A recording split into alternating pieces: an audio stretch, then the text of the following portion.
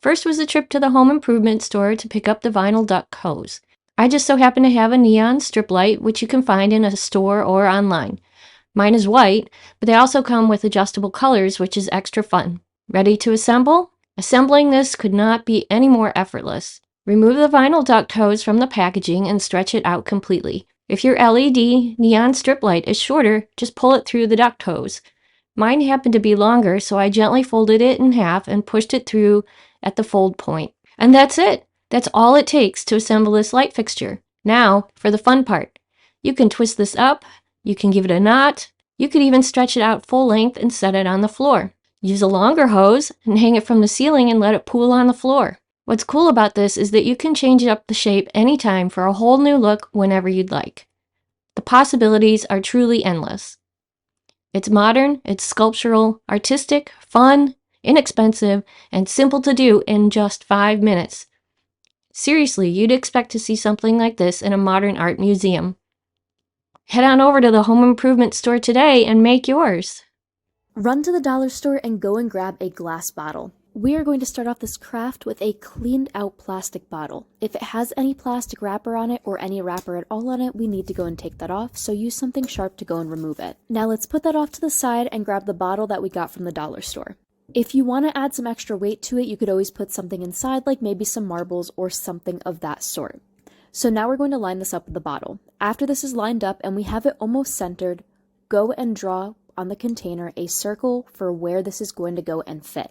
So after that is drawn, go and cut it out. I did use an erasable marker because I didn't want to use anything that was going to leave a permanent mark on the bottle. After that is fully cut out, you can either leave this piece of plastic inside or you can go and remove it from the bottle. Make sure the hole on your bottle is big enough. Put your glass into the hole.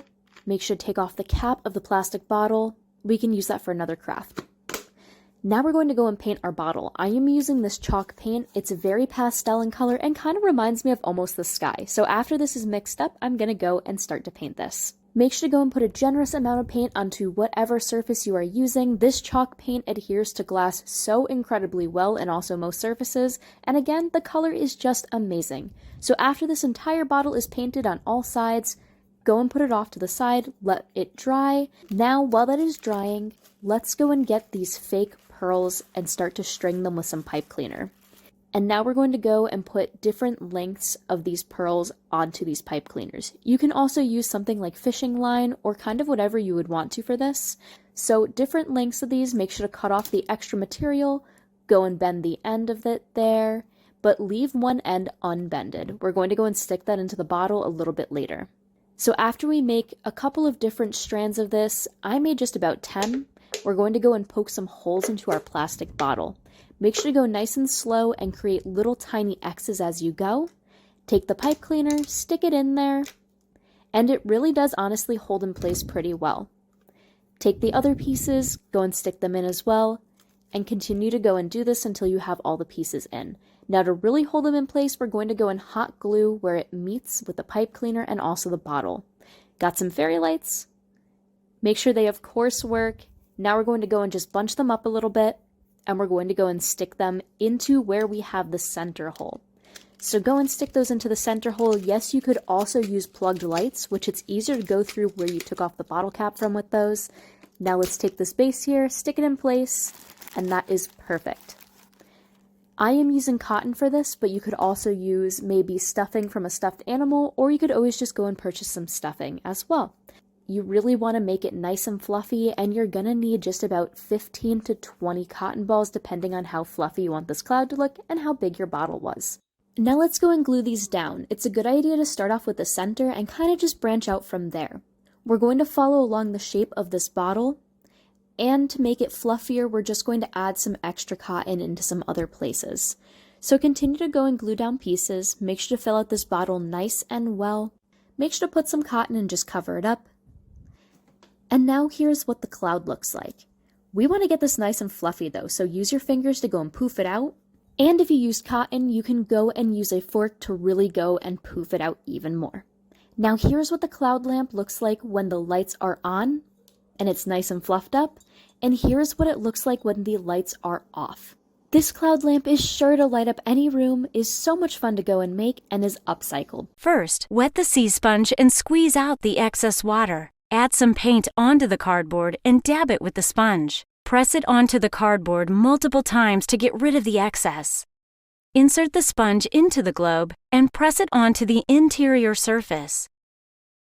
Continue pressing in different places until the sponge is out of paint. Reload as needed and continue until the entire surface of the inside of the globe is covered in a sponge texture. Ensure the paint is applied in random patterns and create some areas that are painted heavier than others. The surface of the moon is uneven and has both darker and lighter spots, so the globe should too. This pillar candle holder fits the 4-inch light fixture opening and will hold the globe in place while hiding the bottom. Spray paint the base over a drop cloth. Once the paint is fully dried, insert the fairy lights into the globe. Place the globe opening down onto the base piece. Do you want to use your full moon accent light often, but don't want to burn through lots of batteries? Here's how you can upgrade your battery-operated fairy lights and plug them into a wall outlet for use. Important note: Bailey and I are not certified electricians. While I'm showing you our process for this upgrade, please contact a professional electrician if you have any questions or concerns. You'll need wire strippers, 2 wire connectors, and the correct power plug. To figure out what type of power plug you need, look at how many batteries your fairy lights take. Mine takes 3 AA's. Each AA is 1.5 volts. 1.5 times 3 equals 4.5 volts total. Look for a power plug that reflects an output of the voltage you need. Something a little over will work, like this 5-volt output plug, but may eventually burn out your fairy lights. Something a little under will keep your lights from burning out, like this 3-volt plug, but the lights won't burn as bright as they would with the full 4.5 volts. Once you have a plug, cut the end of the cord off with the cutter portion of the wire strippers, then separate the 2 portions of the wire and strip the ends so you have about 1/4 of an inch of exposed wire. Cut the battery pack off of the fairy lights and separate and strip the ends of that wire following the same process. Look closely at the fairy light wires. One of the wires has a small pattern printed along the wire, and the other doesn't. The pattern wire connects to the red wire on the power plug. The wire with nothing on it connects to the black wire. With each pair, wrap the exposed ends together.